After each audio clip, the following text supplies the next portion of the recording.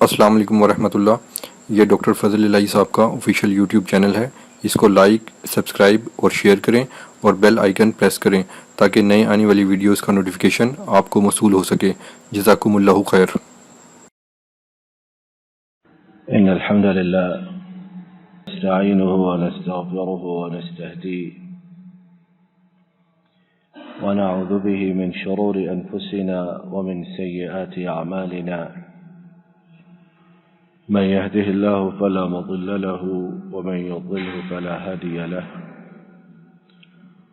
وأشهد أن لا إله إلا الله وحده لا شريك له، وأشهد أن محمدا عبده ورسوله صلى الله عليه وسلم۔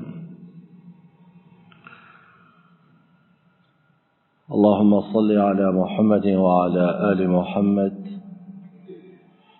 كما صليت على إبراهيم وعلى آل إبراهيم إنك حميد مجيد،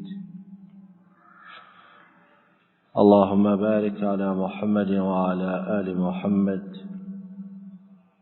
كما باركت على إبراهيم وعلى آل إبراهيم إنك حميد مجيد،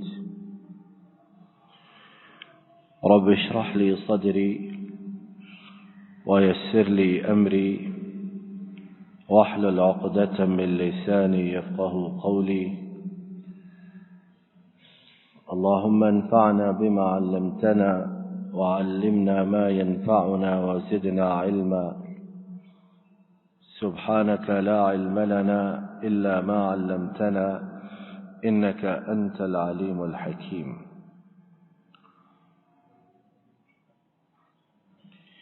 أعوذ بالله من الشيطان الرجيم، بسم الله الرحمن الرحيم، إنما يعمر مساجد الله من آمن بالله واليوم الآخر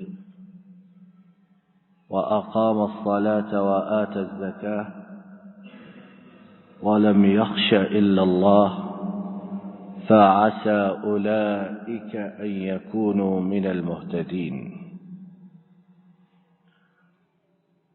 ہر قسم کی تعریف و ستائش اللہ رب العالمین کے لیے،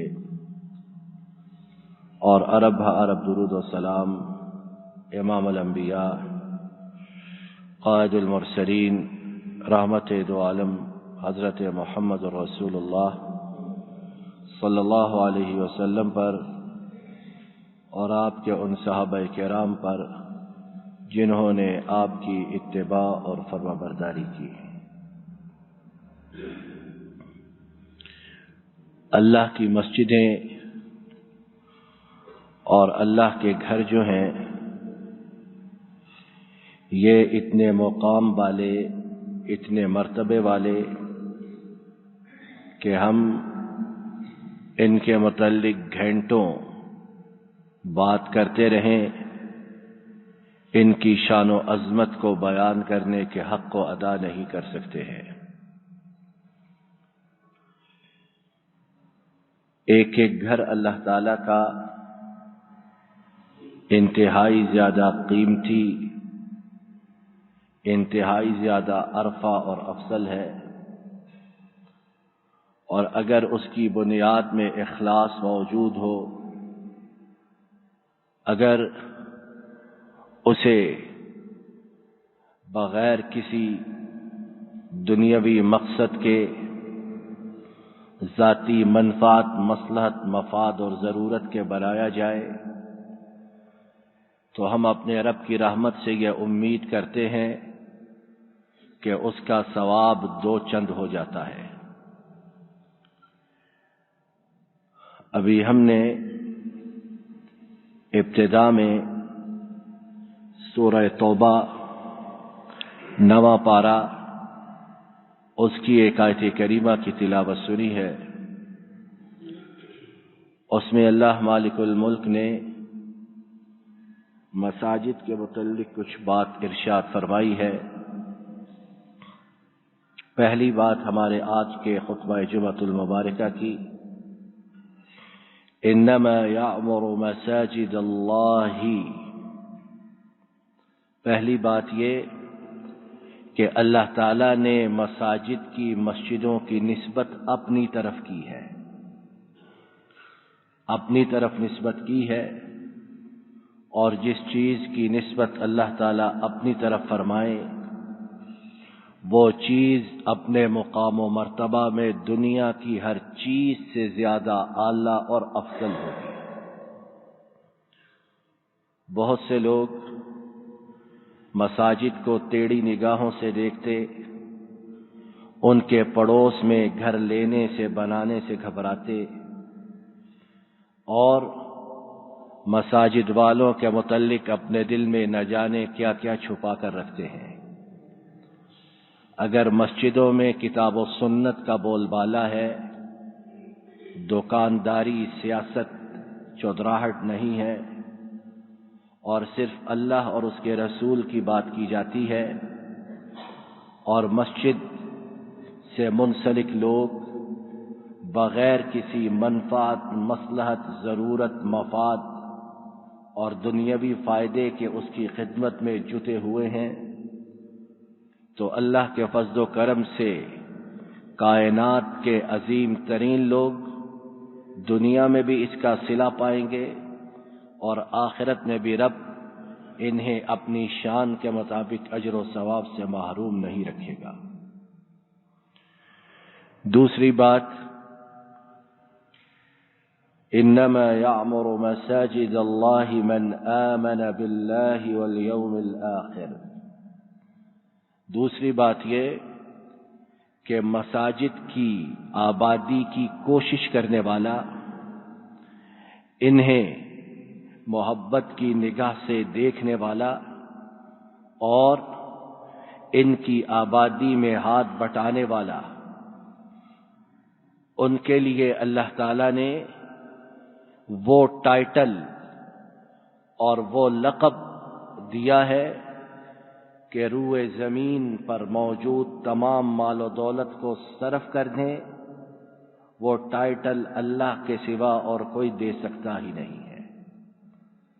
ایسے مبارک لوگوں کو مالک الملک اللہ نے ایمان والا ہونے کا ٹائٹل دیا ہے، اور یہ ڈگری، یہ ٹائٹل نہ کسی یونیورسٹی سے ملتی ہے، نہ کسی انسٹیٹیوٹ ادارے سے ملتی ہے، یہ اسی مالک خالق کی دین ہے جس نے مجھے آپ کو پیدا کیا ہے، اور جن کے ہاتھ میں ہدایت، اور جنہوں نے اپنے نیکوکار بندوں کے لیے جنت بنائی ہے۔ تیسری بات ہمارے آج کے خطبہ جمعۃ المبارکہ کی یہ کہ آیت کریمہ کے آخر میں اللہ تعالیٰ نے انہیں ایک دوسرے ٹائٹل سے، انہیں ایک دوسرے لقب سے پکارا ہے، ان کی شناخت کروائی ہے، اور وہ کیا ہے؟ فَعَسَىٰ أُولَٰئِكَ أَن يَكُونُوا مِنَ الْمُهْتَدِينَ۔ شاید کہ وہ لوگ، اور جب اللہ تعالیٰ شاید فرماتے ہیں تو اس کا مطلب ہمارے شاید والا میں بھی ڈاؤٹ فل نہیں ہوتا، وہ یقینی بات ہوتی ہے۔ فرمایا وہ ہی ہیں وہ لوگ جو ہدایت یافتہ، ہدایت کے راستے پر ہیں۔ تیسری بات، دور کا اشارہ استعمال کیا ان کی شان و عظمت کو اجاگر کرنے کے لیے۔ مساجد سے منسلک لوگوں کو حقیر مت جانو، انہیں ڈی گریڈ مت کرو، انہیں معاشرے کا پسا ہوا یا مجبور طبقہ خیال نہ کرو۔ اگر ان کی نیت ٹھیک ہے اور ان کا عمل کتاب و سنت کے مطابق ہے تو یہ وہ لوگ ہیں جنہیں مالک الملک اللہ نے ایمان والا بھی کہا اور ہدایت والا بھی کہا۔ جاؤ لے جاؤ اپنی ساری سچی جعلی ڈگریوں کو، تمغاجات کو، اعزازات کو، خدمات کو، کوئی بھی اللہ کی عطا کردہ اس ڈگری کے مقابلے میں آنے کی جرات نہیں کر سکتا ہے۔ ایک ایمان اور ایک ہدایت یافتہ ہونا۔ لیکن مقرر وہی بات کہ اس کے لیے شرط کیا ہے کہ سینوں میں، دلوں میں، دماغوں میں اخلاص موجود ہو، اور بندے کا عمل چاہے وہ منبر و محراب پر ہو، چاہے وہ مصلی پر ہو، چاہے وہ نمازی ہو، چاہے وہ مسجد کی خدمت کرنے والا ہو، ان کا عمل عین کتاب و سنت کے مطابق ہو، کسی بھی مفاد، مصلحت اور کسی بھی چیز سے مبرہ ہو۔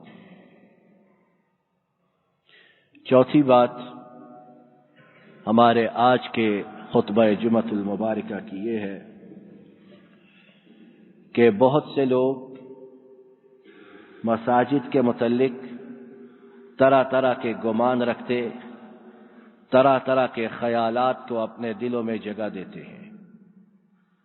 آئیے اس بارے میں نبی مکرم صلی اللہ علیہ وسلم، ان کی صحیح حدیث پاک کہ اللہ کے فضل سے ہم کچی پکی بات نہ کرنے کے عادی ہیں، اور نہ ہی ہمارا یہ ٹارگٹ ہوتا ہے۔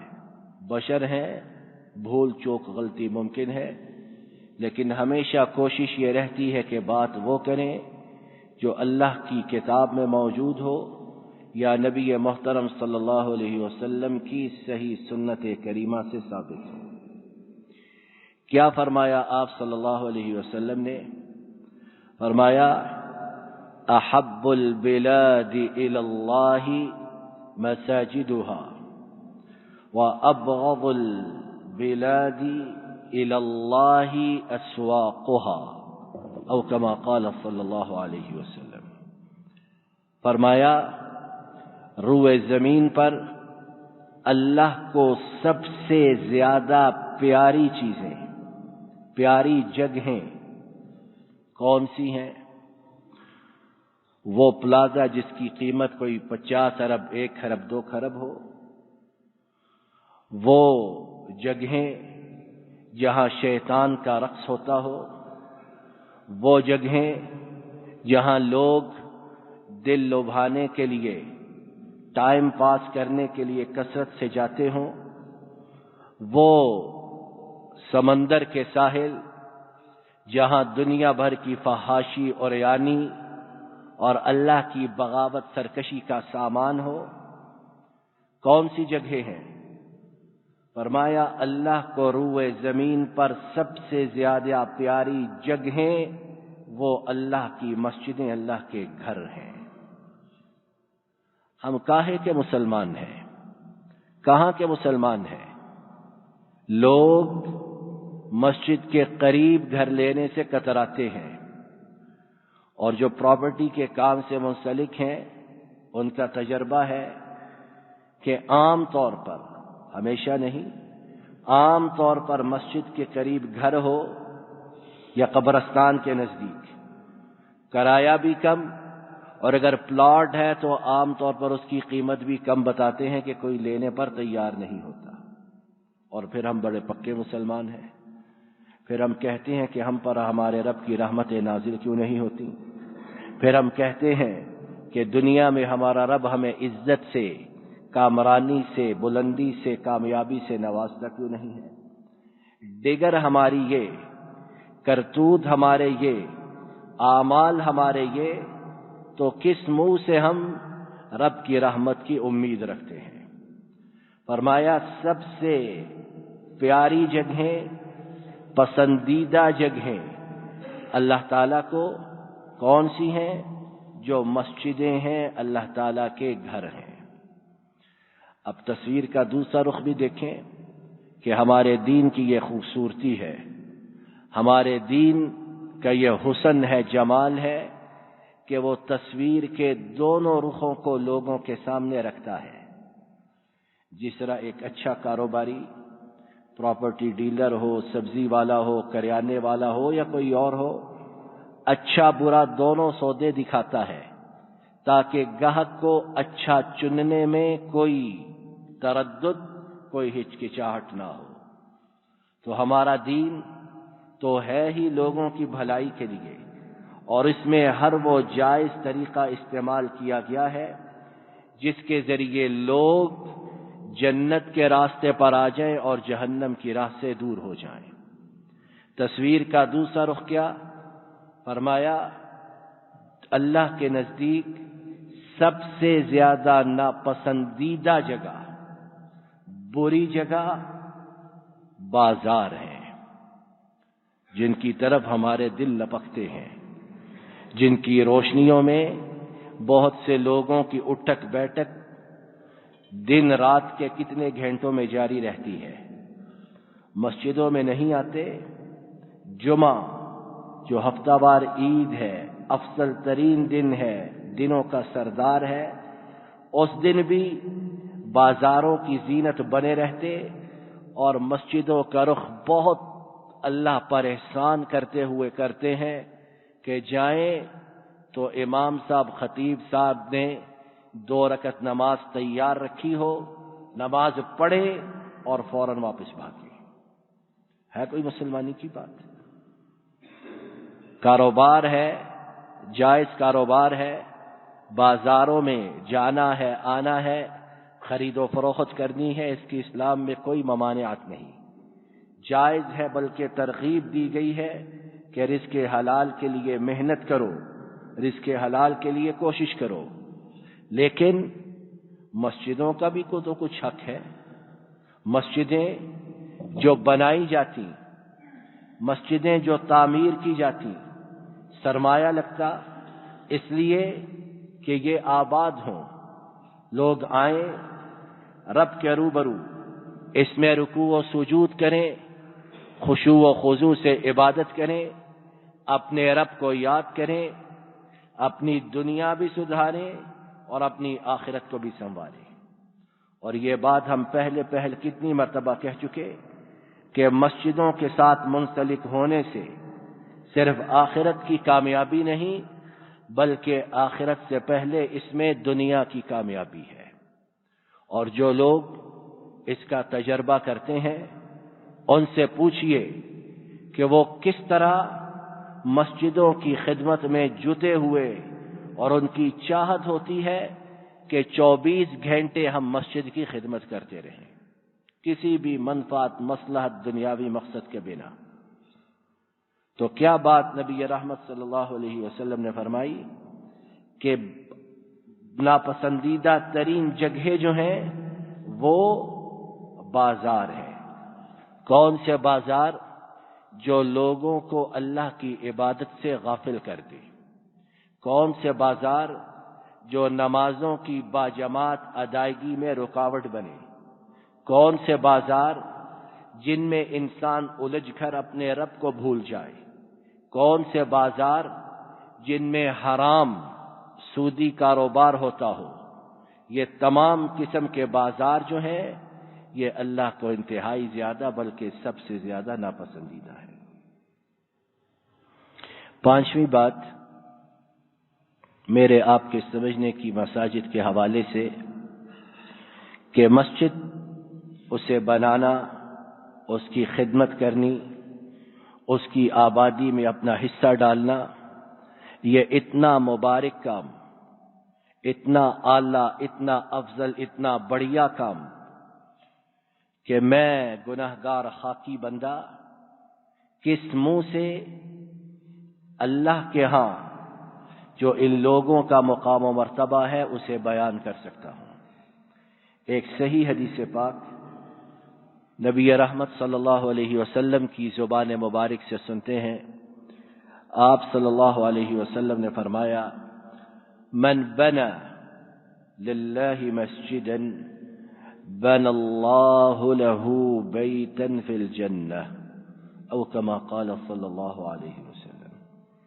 فرمایا جس نے اللہ کے لیے مسجد بنائی، کوئی مقصد، کوئی سیاست، چودراہٹ، تجارت، منفعت کچھ پیش نظر نہیں، صرف مالک کی رضا ہے۔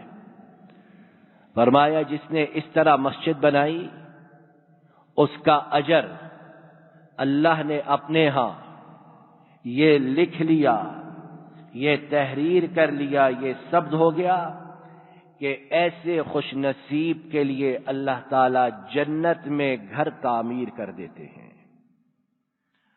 بندہ مسجد اپنی استطاعت کے مطابق بناتا ہے، جتنی جیب میں طاقت ہے، جتنا دل میں حوصلہ ہے، جتنے اعصاب میں قوت ہے اور جتنے وسائل میسر ہیں اس کے مطابق مسجد بناتا ہے۔ لیکن جب مالک الملک رب جنت میں گھر بنائے، جنت میں محل تعمیر کرے، تو وہ میرے آپ کے اسٹیٹس کے مطابق یا اپنی شان کے مطابق بنائے گا؟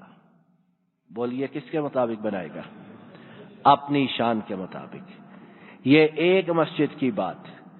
تو جو مسجدوں سے منسلک ہیں آئے روز، جن کی منصوبہ بندی میں یہ بات شامل ہے کہ مسجدوں کو کس طرح تعمیر کرنا ہے، ان کی آبادی کے لیے کیا کوشش کرنی ہے، تو ان کی سعادت کے، ان کی قسمت کے کیا کہنے کہ ان پر رشک آتا ہے کہ کیسے مبارک لوگ ہیں وہ جو دن رات اس سوچ میں غلطہ و پیچا اور نہ جانے ہر روز ہی اللہ کے ہاں جنتوں میں اپنے محل تعمیر کرواتے ہیں۔ مالک الملک رب اپنے فضل و کرم سے ہم گنہگاروں کو، ہم خطا کاروں کو ایسے ہی بابرکت، سعادت مند، خوش نصیب اور اعلی بخت والے لوگوں میں شامل کرے، ہمیں اخلاص کی دولت سے مالا مال کرے، اور مساجد میں جب ہوں تو کتاب و سنت کے عین مطابق بات کرنے کے علاوہ ہمارا کوئی ماٹو، کوئی شعار، کوئی کاز، کوئی ہدف، کوئی گول، کوئی ٹارگٹ نہ ہو۔ اور ہم سمجھتے ہیں کہ جب تک مساجد کو تجارت سے، سیاست سے، معیشت سے دور رکھا جائے گا، اللہ کے فضل و کرم سے یہ خیر و برکت کے منبع رہیں گے، ان سے خیر پھیلے گی، لوگوں کو فیض حاصل ہوگا، لوگ دین کے ساتھ منسلک ہوں گے، دین کی راہ پر آئیں گے، جنت کے راہی بنیں گے۔ لیکن جب ان مساجد میں اس طرح کی دنیاوی علتیں داخل ہو جائیں یا ہو گئیں، سمجھ لیجئے کہ وہ مساجد نہ رہیں گی بلکہ کچھ اور بن جائیں گی۔ اللہ تعالیٰ اپنے فضل و کرم سے اس مسجد کو بنانے والے، اس کی خدمت کرنے والے، اس کی آبادی کی کوشش کرنے والوں پر اپنا خصوصی رحم فرمائیں۔ ان کے مال و دولت میں، ان کی آل اولاد میں، ان کی آئندہ آنے والی نسلوں میں ایسی برکت اور رحمت فرمائیں کہ یہ مبارک سلسلہ تا قیامت ان مبارک لوگوں کی نسلوں میں جاری و ساری رہے۔ وآخر دعوانا الحمد للہ رب العالمین۔ إن الحمد لله نحمده ونستعينه ونستغفره ونستهديه ونعوذ به من شرور أنفسنا ومن سيئات أعمالنا، من يهده الله فلا مضل له ومن يضلله فلا هادي له، وأشهد أن لا إله إلا الله وحده لا شريك له، وأشهد أن محمدا عبده ورسوله صلى الله عليه وسلم. إن الله وملائكته يصلون على النبي يا أيها الذين آمنوا صلوا عليه وسلموا تسليما. اللهم صل وسلم وبارك على عبدك ورسولك محمد صلى الله عليه وسلم. سبحان ربك رب العزة عما يصفون وسلام على المرسلين والحمد لله رب العالمين.